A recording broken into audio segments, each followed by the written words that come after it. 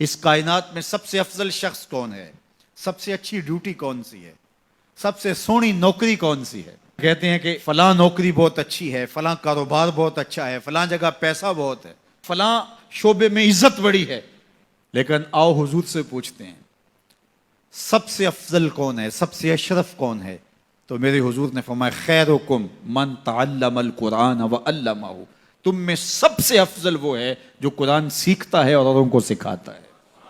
سب سے اشرف، سب سے اچھی نوکری، سب سے اچھا کام، سب سے بہتر وظیفہ اس کا ہے جو قرآن خود بھی سیکھتا ہے اور اوروں کو بھی سکھاتا ہے. تو اس کتاب سے جڑ جاؤ، اس کتاب سے وابستگی اختیار کرو. جس رات کے دامن میں قرآن نازل ہو وہ رات تو افضل ہو، وہ رات تو 1000 مہینے سے اشرف ہو. اللہ اکبر. تو پھر مجھے بتاؤ کہ جو قرآن کو اپنی روح میں بسا لے، جو اپنے اعمال کو قرآن کی تعلیمات کے تابع کر دے، جو اپنے دنوں کو قرآن کے اجالوں میں گزارے، اپنی راتوں کو قرآن کی تلاوت میں بسر کرے، دن کی تنہائی میں اور رات کے اجالوں میں قرآن پڑھے، بتاؤ وہ کتنا اشرف ہوگا. اس لیے میرے اور آپ کے آقا و مولا نے فرمایا راتوں کی تنہائیوں میں اٹھ کے قرآن پڑھا کرو، اور قرآن پڑھتے ہوئے رویا کرو، اور اگر رونا نہ آئے تو رونے کی کوشش کیا کرو. کوشش کیا کرو، رقت پیدا ہو جائے تمہیں قرآن کی تلاوت کرتے کرتے.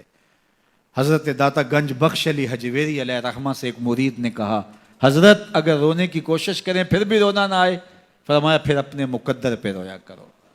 تم اتنے سنگ دل ہو گئے ہو کہ تمہاری آنکھیں آنسوں کا خراج نہیں دیتی ہیں. تو اس کتاب کے ساتھ جڑ جاؤ، تعلق کو مضبوط کر لو، اور اس کتاب سے وابستگی تمہیں دنیا آخرت کی بہتری کی ضمانت فراہم کرے گی. اور یہ کتاب زندہ ہے، اس کا پیغام کبھی فرسودہ نہیں ہوا، اس کا پیغام کبھی پرانا نہیں ہوا.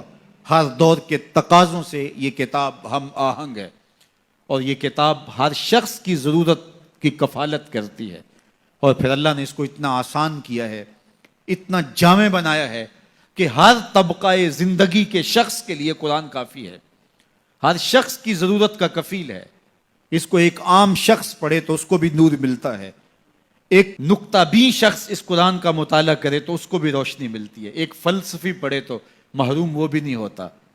جو بھی اس قرآن سے پڑھے، دیکھیے کچھ کتابیں ایسی ہوتی ہیں وہ بچوں والی ہوتی ہیں، جو پڑھے لکھے لوگ ہیں ان کی کوئی دلچسپی وہاں نہیں ہوتا، الف انار اور بے بکری میں انہیں کوئی دلچسپی نہیں ہوتی.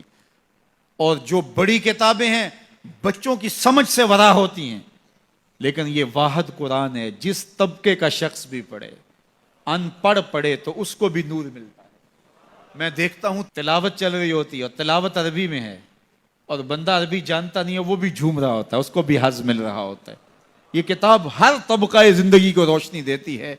یہ قیامت تک آنے والی انسانیت کے لیے رشد و ہدایت کا صحیفہ ہے. اس کتاب سے جڑ جانے سے بلندیاں نصیب ہوتی ہیں. جس رات کو یہ کتاب اترے وہ رات تو لیلۃ القدر کہلائے. اور جو شخص اس کتاب سے وابستہ ہو جائے اور اس کتاب کو اپنی روحوں میں سمو لے، وہ ذی قدر کیوں نہیں ہوگا، وہ عزت کا مالک کیوں نہیں ہوگا، وہ شانوں اور عظمتوں کا مالک کیوں نہیں ہوگا. تو آئیے میں اور آپ اس رات کی ان خوبصورت پہنائیوں کے اندر اور ان حسین لمحوں کے اندر کتاب اللہ کے ساتھ جڑنے کا عزم کر کے اللہ کے حضور دعا کے لیے ہاتھ پھیلائیں کہ اے اللہ ہمیں اس کتاب کے ساتھ جوڑ دے. یہ کتاب زندگی بخش ہے، اللہ پوری امت کو اس کتاب کے ساتھ جوڑ دے. اقبال کہتے ہیں فاش می گوئم آنکھ درد المزمرست این کتاب نیز چیزیں دیگرست. جو میرے اندر چیز چھپی ہوئی ہے اس کو کھل کے اگر بتاؤں، یہ کتاب نہیں، یہ کوئی اور ہی شے ہے. یہ زندگی بدل شے ہے، یہ حیات ساز کتاب ہے، یہ زندگی کو روشنی اور اجالوں سے بھر دینے والی کتاب ہے، یہ پستیوں سے اٹھا کے بلندیوں تک پہنچانے والی کتاب ہے. اس کا حرف حرف روشنی ہے، اس کا لفظ لفظ اجالا ہے. یہ زندگی کو زندگی کا حقیقی نور دینے والی کتاب ہے. اس سے جڑنے والے کبھی محروم نہیں ہوتے، سرخرو اور سربلند ہوتے ہیں. اللہ ہمیں اس کتاب رحمت سے جڑنے کی اور جڑے رہنے کی توفیق عطا فرما، اور اس امت کو اس کتاب کے ساتھ وابستگی اللہ نصیب کرے.